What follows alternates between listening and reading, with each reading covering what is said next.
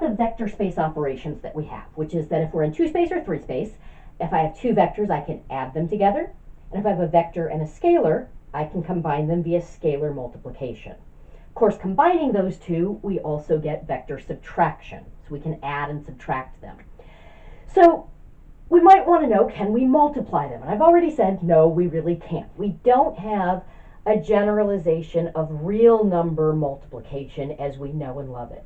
If I think about what real number multiplication is, that's a way of combining two real numbers to get another real number, another one of the same types of things. And then it has certain properties, like it's commutative, so order doesn't matter, and it's associative, so we can group it and things like that. Okay. Now, we do have two things that we refer to as products when we're working with vectors, but neither one is actually called vector multiplication, and neither one is a generalization of multiplication as we know and love it. This section 12.3 is going to be about the dot product. That's going to give me a way of combining two vectors, either in 2 space or in 3 space, but the result isn't going to be a vector, it's going to be a number.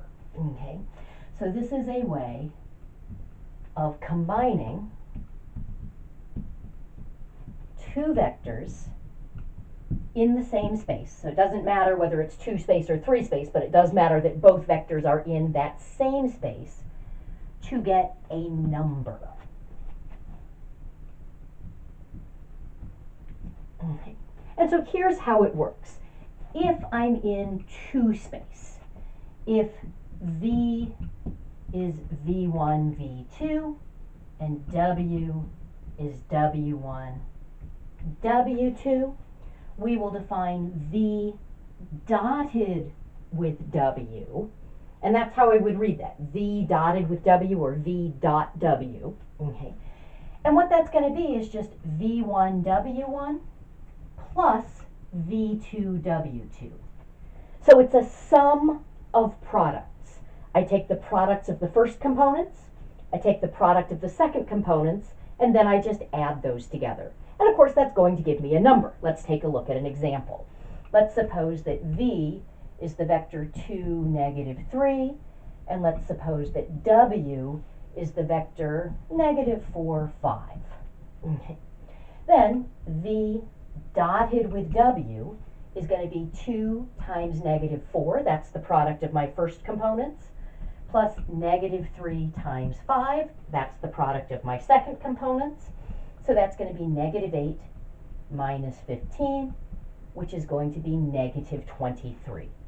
That is the dot product of these two vectors. Now at this point, you probably want to know, what does it mean? What is that number representing?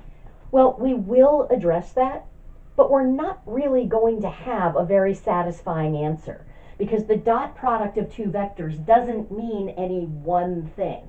It's a useful number that I can use in calculating a variety of things that we will be able to understand, but it by itself isn't any one thing. That's not an angle between vectors, though it can be used to calculate an angle between two vectors. That's not the length of a vector, though the dot product can be used to calculate the length of a vector. Obviously this isn't, because it's a negative number. Okay. So it can be used to calculate various geometric quantities that we would associate with vectors, but it doesn't by itself represent any one of those things. Now, I'm going to put the question of meaning on hold for just a moment. I've defined how we calculate things in 2 space. That generalizes to 3 space. So let's just write out that definition and then practice actually calculating it. So we're just going to get through in this video sort of the plug and chug of here's how it's defined and here's how we calculate it. Then we'll build on that and get some properties that are held so that we're algebraic masters of working with the dot product. And then I promise we will start talking about what is it actually useful for and why do we care about this number? What does it help us to calculate? Okay, so if we're in V3, in 3 space, if I had V is V1, V2, V3, and W is W1, W2, W3, we would simply define V dotted with W to be the sum of the products of like coordinates. So the first coordinates would have a product of v1, w1 plus the product of the second components is v2, w2 plus the product of the third components is v3, w3. Okay. So as an example, if I had v equaling 2, -1, 0, and w equaling 5, 10, 6, v dotted with w would be 2 times 5 plus -1 times 10 plus 0 times 6, which would be 10 minus 10 plus 0, which would be 0. Kind of interesting. Notice I can take two non-zero vectors, and it's possible for their dot product to be 0. So there are two ways we can see that this is not a generalization of multiplication as we know and love it. When I multiply two numbers, I get a number. When I multiply two vectors when I dot two vectors, we don't say we multiply them. When I dot two vectors, I don't get another vector, I get a number. And it's possible to dot two non-zero things and get something that's 0. Okay. All right. So that's how we define and how we calculate the dot product. Now, there's a theorem, it's Theorem 2, that gives us various properties that this dot product has. I need to refer to my notes because I want to get them in the same order that they're in the textbook. Okay. So let's let A, B, and C be vectors in Vn. Now here's something important I should point out. For some reason your book says these are vectors in 3 space, but the dot product is defined in any version of n space. So the dot product is defined in 2 space or 3 space.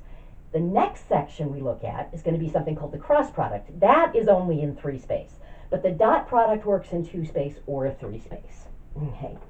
We're going to let C be a scalar.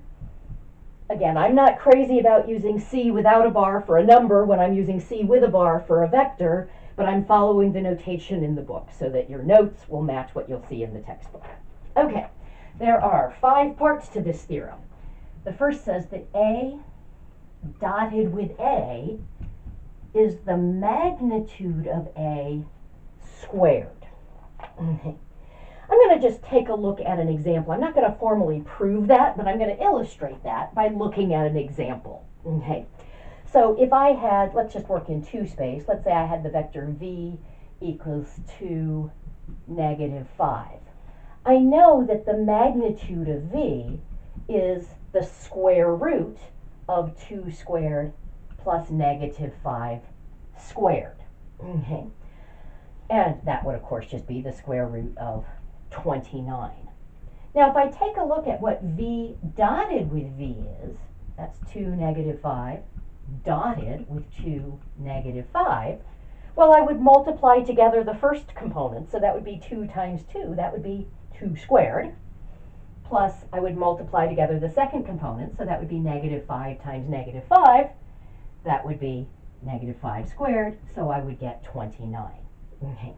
Now notice that's the magnitude squared, so I can write things this way. An equivalent way of writing this would be that the magnitude of A is the square root of A dotted with itself. This will always be defined because if I dot a vector with itself, I will always get something non-negative because I will be getting a sum of squares, so that's going to be positive unless I'm working with the 0 vector, in which case I would get 0. Okay. So that does give me a use for the dot product, but it doesn't really satisfy the question of what does the dot product mean, which doesn't, again, have a very satisfying answer, because that's only what I get if I dot a vector with itself. If I dot A with a different vector, I'm not going to get the magnitude of a vector. As we've seen, I sometimes get a negative number when I dot 2 vectors. Okay. All right, so that's one property of the dot product, and it really just falls out from the definition of how we calculate magnitudes and how we calculate dot products. Okay. The second property is that A dotted with B is equal to B dotted with A. So the dot product is commutative. Remember, commutative is the word we use anytime order does not matter. Part 3 says that A dotted with B plus C is equal to A dotted with B plus A dotted with C. So that's going to be a distributive property. The dot product distributes over vector addition.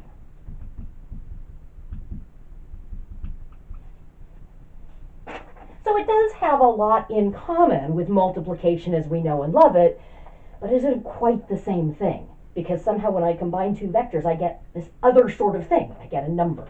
Okay. All right. Part 4 says that CA dotted with B is the same as A dotted with CB is the same as C times A dotted with B.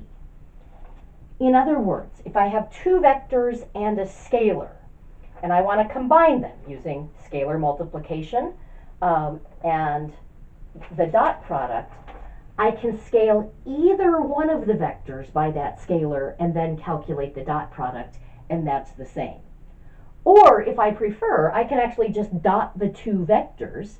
That will give me a number, and then this is no longer scalar multiplication, this is just real number multiplication. I'm multiplying the real number C by the number that I get when I dot A and B.